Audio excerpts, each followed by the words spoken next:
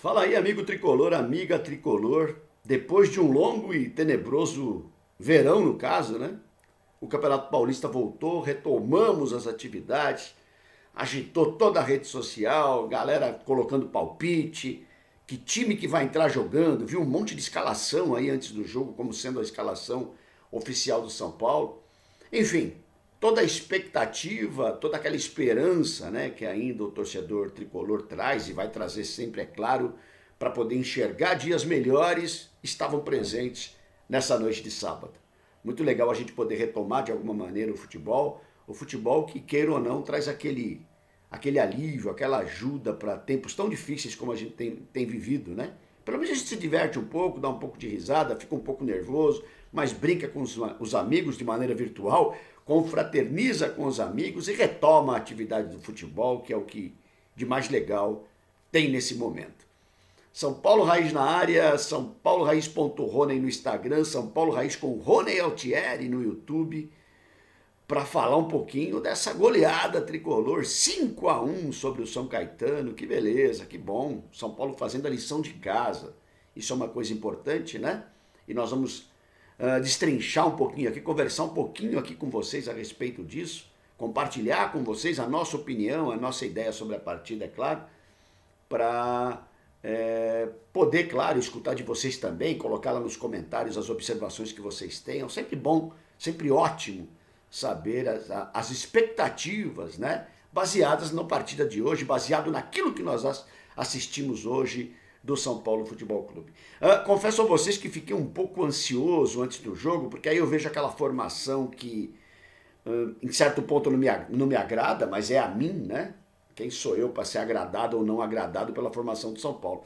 Mas quando eu vi o 3-5-2 contra o São Caetano, tudo bem, a maneira dele jogar, é a forma com que ele vai jogar, essa coisa toda, enfim, a gente, né, obviamente, respeita, mesmo contra um adversário com os problemas sérios que vive o São Caetano.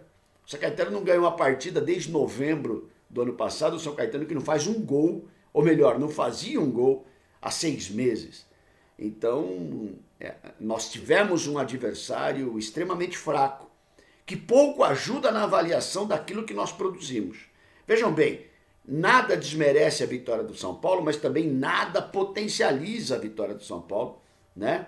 Não dá pra gente sair soltando o rojão e falar agora vai. Claro, por quê? Porque o São Paulo acaba não tendo um adversário. O São Paulo fez a sua parte, fez a lição de casa, quer ganhar o jogo e ganhar bem, né? Ganhou com goleada, podia ter sido até mais, é natural que no segundo tempo o time dê aquela parada, né? Depois de virar um placar de 4-0 no primeiro tempo, enfim. O São Paulo teve uma facilidade gigantesca de jogar. O São Caetano que não ofereceu basicamente perigo nenhum para o São Paulo e resistência nenhuma para o São Paulo. Se o São Paulo aumentasse o ritmo, possivelmente faria mais gols, né? Mas como é começo de temporada, como a gente tem uma maratona aí pela frente, como tem uma série de coisas que estão envolvendo esse momento, né? O que não é o ideal é o possível, né? E por possível, eu acho que acabou sendo uma partida bastante interessante. Ele entra com um time que basicamente vinha jogando, já é um time conhecido da gente, e a gente espera que ele consiga virar essa chave desse mesmo time. Se esse time que começou jogando for ser o time titular, tal, aquela coisa toda, a gente espera que ele possa virar a chave do comportamento desse time. Esse é o grande trabalho que ele tem para fazer. Claro, enxertado pelos jogadores que chegaram, aí a história muda, né? Porque esses jogadores que acabaram de chegar no São Paulo, de alguma maneira, eles vão ter essa função também de modificar a questão da atitude, da personalidade, da intensidade, da vontade, coisa que a gente reclamava que faltava para o elenco anterior, que é o mesmo, né, na verdade. Tá certo? Então, de alguma maneira, a gente começa a ver essa mudança de comportamento. E é o que a gente quer ver. É só na sequência que nós vamos comprovar se isso realmente está em prática, se isso realmente está em voga. Com 5 minutos, o Arboleda de calcanhar fez gol. Com 20 minutos, o Rodrigo Nestor fez gol. Com 29 minutos, o Reinaldo de fora da área fez gol. Os caras mandaram já um chupa-rone pro gol do Reinaldo. Normal, natural que aconteça. Dani Alves batendo falta, novos tempos. Acertando uma bela cobrança de falta, né? Antes disso, teve o gol do Volpe pro São Caetano. Um amigo escreveu no Instagram né? A gente tenta não reclamar do Volpi, tenta não criticar o Volpi, mas também foi uma bola no gol, e a bola que foi, ele acabou espalmando meio para dentro, estranho. Sim, a bola foi forte, sim, tinha um monte de gente na frente, um monte de sim. Só que uma bola daquela que vem em cima dele, a gente não imagina que ele fosse espalmar para dentro do gol, né? Claro que ele não quis espalmar para dentro do gol, mas acabou a bola entrando no gol. São Caetano que fez um gol depois de 6 meses sem marcar, né? É uma coisa que volta a preocupar o torcedor são paulino, que tanto acreditava no Volpi, que aos poucos não passa a não acreditar muito, né? Mas faz parte do pacote, vamos torcer para ele melhorar. O segundo tempo vem com uma série de alterações, né?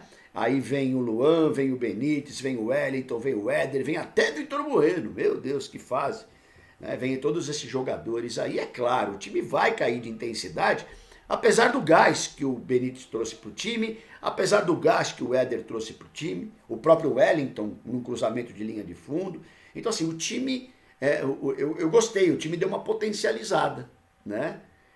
Mesmo ganhando de 4 gols de diferença, tá, o time ainda segue. O Éder, que estreou, acabou fazendo o seu gol também. Algumas coisas que eu gostei, algumas coisas que eu achei bem legal. Sim, a movimentação do Rodrigo Nestor é muito legal, né? Você vê um volante que está em várias partes do campo, um cara que chega, que faz um apoio, uma jogada pela direita, um cara que ajuda o Daniel Alves nessa organização da jogada no meio de campo, um volante extremamente participativo. E eu acho legal isso. Por quê? Porque o adversário permite que você faça isso.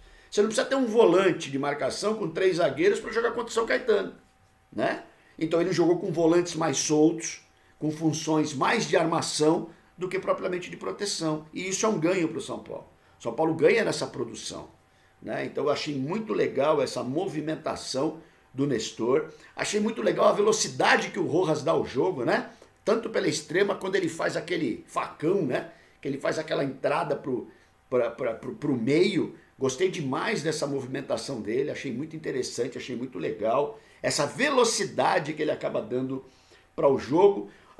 O Reinaldo pela esquerda, interessante, porque ele fica solto e basicamente a função dele de marcar inexiste, né? Então ele fica solto para armar, para levar para a linha de fundo, para entrar pelo meio, para bater pro gol. Ótimo, legal. A gente quer que todo mundo jogue bola, gente. As minhas diferenças com o Reinaldo e com alguns jogadores, elas se limitam ao futebol apresentado. Se melhorar, ótimo, vai ser elogiado. Eu não vou elogiar antes de melhorar. Isso eu não vou fazer, vocês não vão ver isso acontecer da minha parte. Porque é o meu funcionamento e a maneira como eu vejo o futebol, é claro. O que eu não achei legal? Igor Gomes, né? Achei do Igor Gomes muito perdido em campo. Às vezes parece que ele não sabe onde ele está. Parece que ele corre sem precisar correr, né? Arremata de uma maneira errada num lance que era mais fácil. Então, assim, perde oportunidade. Tem algumas coisas do Igor Gomes que eu acho que podem ser consertadas porque é menino, né? Então, assim, é uma questão de apertar parafuso, é uma questão do Crespo arrumar ele em campo. Veio a notícia aí da venda no meio do ano por 25 milhões. Enfim, essas coisas todas, né? Que nós temos que trabalhar bem na cabeça do menino para não se perder, né? Para não, enfim, é um bom talento, a gente sabe que é. Então tem esses ajustes aí a serem feitos. E como eu falei já, eu penso que ele vai ganhar muito com o Benítez, com o Éder, com jogadores assim ao seu lado. A tendência é que ele ganhe bastante cancha, mas precisa arrumar. Não gostei do Pablo. Para mim continua o mesmo Pablo que a gente viu, com dificuldade de correr, né? Caindo fácil, perdendo bola boba, mas vamos torcer, claro, para que ele melhore o desempenho, para que ele possa produzir muito mais. E não achei legal também, infelizmente, citei há pouco a questão do Volpi, né? Vejo que é um problema sério para o São Paulo, né? Vamos lá, eu acho um cara muito sério, acho um cara muito trabalhador, quanto a isso eu não tenho dúvida nenhuma. A questão é que a gente anda tomando uns gols que eu considero gols bobos, né?